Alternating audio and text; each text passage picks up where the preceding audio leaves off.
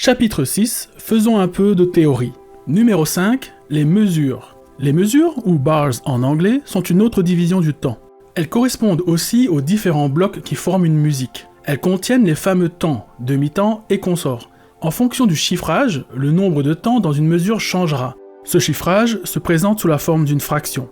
Ainsi, en 4/4, il y aura 4 temps par mesure.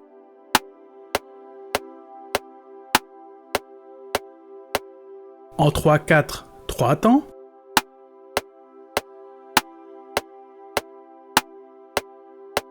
En 2/4, 2 temps. Etc. Juste pour info, dans un chiffrage, le chiffre du bas correspond au type de figure de note, noire, blanche, etc.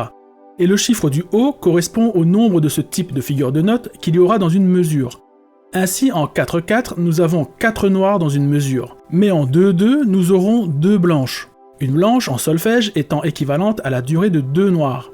Dans notre cas, et dans la plupart des cas que vous rencontrerez en musique populaire, le chiffre qui changera sera le plus souvent celui du haut, le chiffre du bas restant quasiment à chaque fois sur le 4, qui correspond au noir.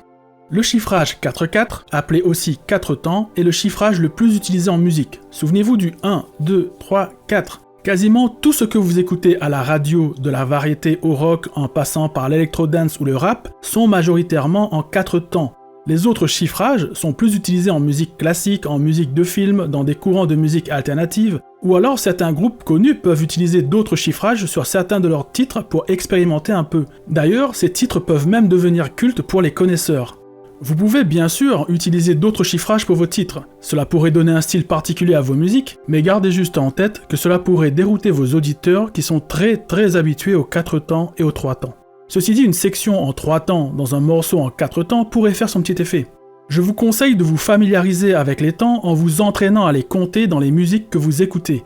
Pour que ça soit plus facile pour commencer, prenez un morceau house ou dance ou electro-dance où les temps sont clairement appuyés par les kicks. Lancez le morceau et comptez les kicks. 1, 2, 3, 4, 1, 2, 3, 4, 1, 2, 3, 4, 1, 2, 3, 4. Ou alors, lancez un morceau en 3 temps comme une valse, genre typique de ce chiffrage, et comptez les temps. 1, 2, 3, 1, 2, 3, 1, 2, 3, 1, 2, 3, 1, 2, 3. Il se peut que vous soyez décalé par rapport au morceau. En général, le 1 démarre toujours sur le début d'une mesure, et du coup sur le début de la mélodie ou de la voix. Écoutez le morceau et repérez le moment où la mélodie se répète, ou alors le moment où la voix reprend après s'être arrêtée, ou encore le moment où des instruments qui n'étaient pas là avant entrent dans le morceau. Vous pouvez aussi vous repérer sur le début du refrain. Commencez à compter dès que le refrain démarre. Entraînez-vous aussi à compter les temps dans d'autres genres où il n'y a pas de batterie ou de kick. Vous devrez alors vous baser sur la mélodie ou le début des sections pour vous caler. Faites cet exercice dès que vous entendez de la musique. À force, vous allez travailler votre oreille et vous pourrez compter les temps de manière hyper précise dès les premières notes d'une chanson. Mais surtout, cela vous sera utile pour savoir combien de mesures dure le couplet ou le refrain, à quel moment l'artiste fait entrer sa batterie ou son hook, bref, pour vous permettre d'analyser les musiques que vous aimez. Si vous avez aimé cette vidéo, vous pouvez la partager pour aider à la faire connaître et me soutenir dans mon initiative de mettre en ligne gratuitement une formation pour vous apprendre à créer votre propre musique. Et surtout, abonnez-vous pour voir toutes les vidéos de la formation à venir. Rendez-vous la semaine prochaine pour la vidéo consacrée au tempo.